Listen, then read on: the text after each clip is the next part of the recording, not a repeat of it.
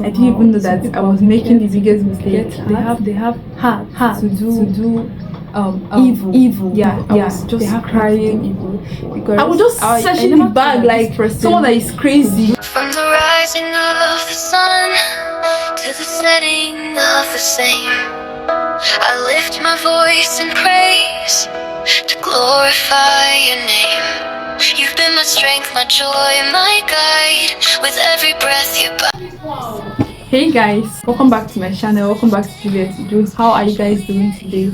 It's such a wonderful day here and I'm so happy to be with you guys today. I'm so happy to be here, even though I come here with a sad story, a story that happened I think 2 months ago. It's actually two in one story. I'm going to be sharing these two stories in this one video because I don't want to divide it. Yeah, this is a very sad story. Like I didn't think that this could happen to me. Like this is my first experience. So finally, since this thing happened, I was robbed. Since it happened, I haven't made up my mind, even though a few people know about this, like my family and some people that are close to me. They asked me, so I had to tell them. But I finally decided to open up and narrate the story to you guys. I would say this world is wicked somehow. Some people are wicked, some people get hurt. They have heart to do evil. Yeah, they have heart to do evil, because I never thought that this person could do this thing to me, even though I don't know him. Yeah. So but let me start by narrating what the one that happened in this compound. So we're all asleep that fateful day. I came back home tired from work. I came back very tired from work. So after taking my bath, I didn't even eat much. I think I took golden more and I slept up. I slept earlier than usual. So I didn't even know that maybe some other people in this compound, they were all saying the same thing, that they slept earlier, only for me to wake up in the morning and I began my usual duties. I went about cooking because I didn't eat well at night. I had a knock on my door and I was like, who is there? This was around 6 a.m. So I saw a neighbor. He knocked on my door. I opened the door and he was like, Juliet, can I see you outside? I said, okay, it's fine. So I came outside. I left the food I was cooking on fire. So I came outside and he was like, look here, Juliet. Do you know where our stabilizer is? I was like, what do you mean? I don't understand. What do you mean by do I know where? I don't know. I don't know where the stabilizer is. What happened to the stabilizer? Who took it? He was like, we were robbed last night. What? I was shocked. What do you mean we were robbed last night? He said that while we were asleep, someone came into this compound. You guys know the story that I narrated to you guys the other day. I don't know why this compound is always being robbed. But anyway, before I moved into this compound, they were like, the landlord told me that while he was building the house and doing everything in the house, they have robbed him countless times. He spent millions. He would bring building materials into the compound and someone took it twice and he spent millions. But he told me that the person was later caught and was charged to court. So I don't know. I didn't later ask him for the full details of how it went. Well, maybe I think that he forgave the person and let it go, But okay, so I was surprised after and I saw everybody in the compound, like all my neighbors, everybody just came out and was like restless. What is happening? They said that we were robbed last night, that someone came into the compound. So we are not like, how did the person enter this compound? There was light throughout the night. How did the person enter this compound? There was light throughout the night. And besides, the compound is locked, everywhere is sealed, because with what happened to my other neighbor that was raped, that I told you guys, after the incidents with her, we everybody became more security conscious. Everybody started to lock up the house. If you want to sleep, you lock your room. Everybody became more security conscious. That is just the fact. So how did the person get into this compound? That was the question we all continue to ask ourselves. So at the end of everything, then at one part of the building, of the fence, we discovered that there was a cloth on the fence. There was a cloth there, like a bed spread, that the person spread on the wire in order not to get hurt. So and then we saw one of our chairs that used to be outside near the fence, which means I think the person carried the chair to that place, and through that chair he got out through that chair. So all this happened, and we're just like shocked. The video you're seeing is the person. As you can see in the video, he was on tiptoe. My neighbors were saying that the person did not put on any clothes, so that if you want to catch him, he will you will not have anything to hold and catch him, something like that. And then he wasn't on slippers or sandals or anything, but just barefooted and half naked. That was how he came in and got out. So I don't understand why somebody cannot go and find a job. Our question was what if this person was caught? So the video you are seeing was the landlord that sent us the video. So what if this person was caught in this compound because there was light, and the person didn't mind the fact that there was light? So what if the person was caught? What would he have said, or something like that? So this is the first robbery, and since then we, the members of the compound, we have been suffering. We have been suffering from it because we don't use light pump water anymore. We only pump water with gen, even though, to be sincere, I do not contribute to buying of fuel. I do not contribute, but yeah, if people those buying the fuel, well, recent we were told that we can just pump the water like that, but it's because NEPA people that are not serious, it may affect the sumo. The day that they will bring lights, maybe high current or low current, it may affect our sumo.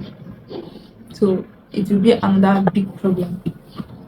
So that was the first robbery in this compound, and since then I even became more scared. I became more scared, guys, to be sincere. So another robbery that broke my heart, this one really touched me because it happened to me personally. It touched me so much. I didn't even know what to do. It touched me so much because it happened to me, and I have never had such experience before. And the worst part of it is that the person that stole from me, I don't know, I had compassion on this person, and the person had the heart to steal from me. So the thing is, I woke up one morning and I went to work, and on my way to work I boarded a bus. So inside the bus, I was like, the first time I wanted to enter the bus, when I saw the bus, because they don't have a park, you can just stand on the road and enter any bus that you want to enter. So while I was there, I saw this bus driver. He had no passenger yet. He had no passengers. So it was not like enter. I was okay. I tried to enter, but I was like, you're going to delay me. This way you don't have a passenger. So with hope that it's going to get a passenger. So I took the front seat. In the front seat, I took the front seat. So he was just driving. He didn't even stop to pick any passengers. And I was like, don't you want to pick a passenger? Don't say it's me that made you not to pick a passenger because I'm I'm trying to go early, you know, please pick your passengers. He was like, it's because of you, that is why I'm not picking passenger. You know, I was like, what do you mean by that? So he now said, okay, I should come in. My phone was in my hand. I was holding my phone with my hand. The phone that I told you guys that was gifted to me here by a subscriber, I didn't know that this is their new format of scamming and robbing people. So girls, you have to be very careful, because someone told me that this is their new format here in Benin City, how they scam girls, especially girls, you know. Please, girls, you have to be very careful if you're here in Benin City. And I confirmed it from other people after learning the lesson in the hard way. Yeah, the experience taught me, because you know, I'm not a kind of person that is social and friendly like that, so it's difficult for me to know people that it happened to until it happened to me. And this is the first time I'm actually losing my phone. So girls, you guys have to be careful if you're in Benin, especially if you're in any part of the country. You have to be careful. But if you're in Benin, you also have to be careful if you're a girl, because this happened to me here. And my friend, like the few people that I know, confirmed it to me. Like Claudia said it happened to her exactly the same way it happened to me. So as I was in the front seat, I said, okay, open the door, let me come down. He said that I should open the door. Okay, why opening the door? The door refused to open. I didn't know that the driver pinned the door on purpose. He pinned the door on purpose. And why I was coming down is that so that he will not waste his fuel taking me to where I'm going to, only me. So like the next thing that happened was okay, I tried opening the door refused to open. I didn't know that he pinned the door. So I made several attempts to open the door. I used my both hands, and my phone was still in my hands. So he said, he was like, put your phone inside your bag so that you know break your phone. I didn't answer him the first time. I didn't answer. The second time I didn't answer. So he from his side, he was trying to help me and open the door from this side. He said I should hold it so that he can hold the other side, you know, that kind of thing. So I was like, why is your door refusing to open? I don't understand, you know, that kind of thing. So while we were trying to, you know, find a way to open the door, he was like, your phone is going to break. Oh, he was, you know, constantly telling me, see your phone is going to break. Why are you holding your phone in your hand? Put it inside your bag, you know. So at a point, he told me this like 5 times, and all of a sudden the phone fell out from my hand and to the floor, you know. And I picked it up, and then my mind told me like, what if this phone break truly as we are dragging the door to open the door like this? So I didn't even know that I was making the biggest mistake by putting the phone into my bag. So I carried the phone and I put it inside my bag and closed the bag. I put it in the front, like the front bag, you know, the outside zip instead of the inner part. I put it inside the outside zip. So, and my old phone was in my bag. My other phone, that is the old one that I've been using before the subscriber bought me this new one that I'm talking about. So it was inside my bag. So, but it was at the down part of that particular bag. So I just put the phone inside, and we were still dragging the door to open the door. I didn't know that while he was helping me to open the door, he put his hand into my bag and took my phone. So I didn't even know, because we were busy. I was like, let the door open. I was like, why is this door not opening? I've never witnessed this kind of thing before, where you try to open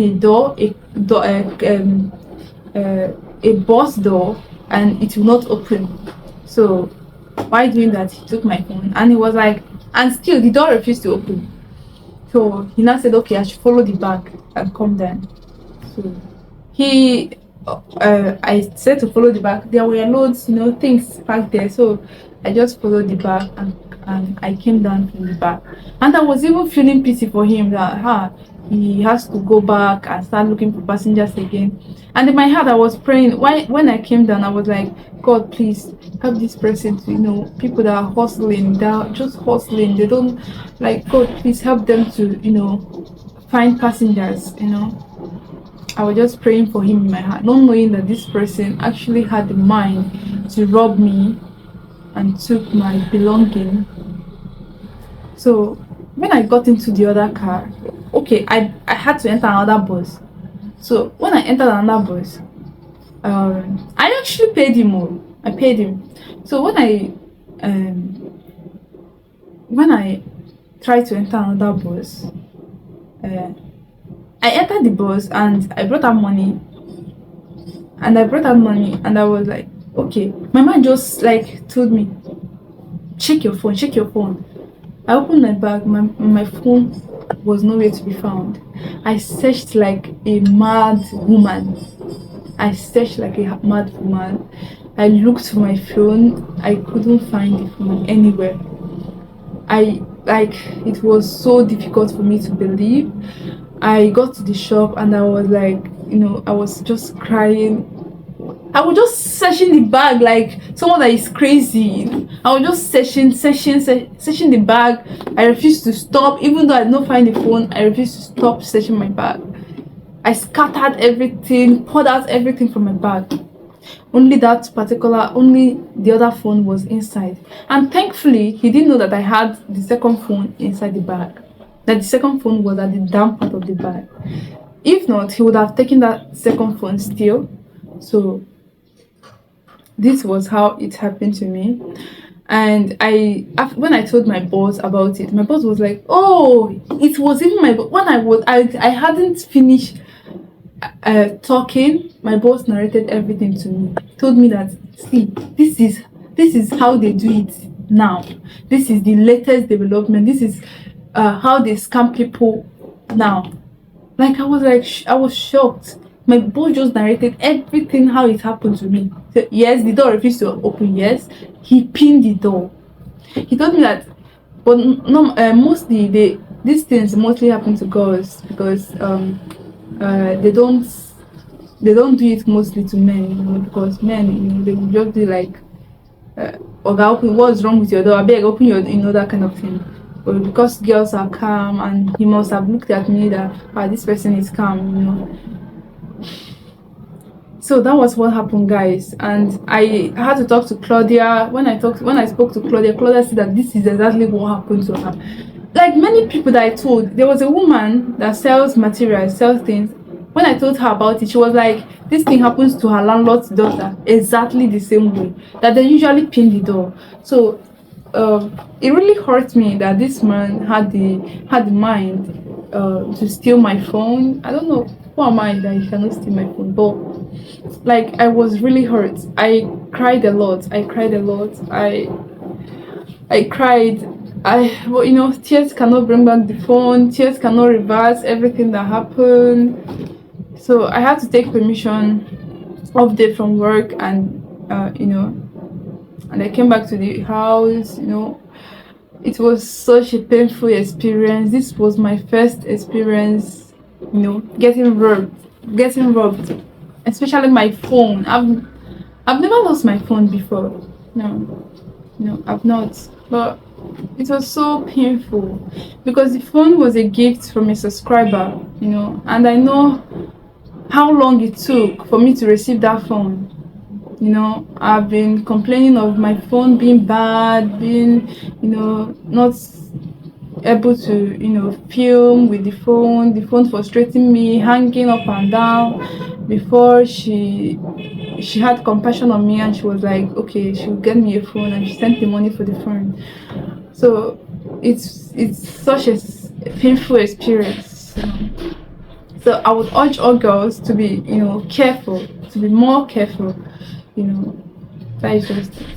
Thank you so much for watching today's video. I just decided to share this experience with you guys. Thank you for watching, and I'll see you in the next video. Please don't forget to like the video, share the video, comment, and turn on your notification button so that you don't miss my videos each time that I upload a new video. Thank you, and I'll see you in the next video. Bye.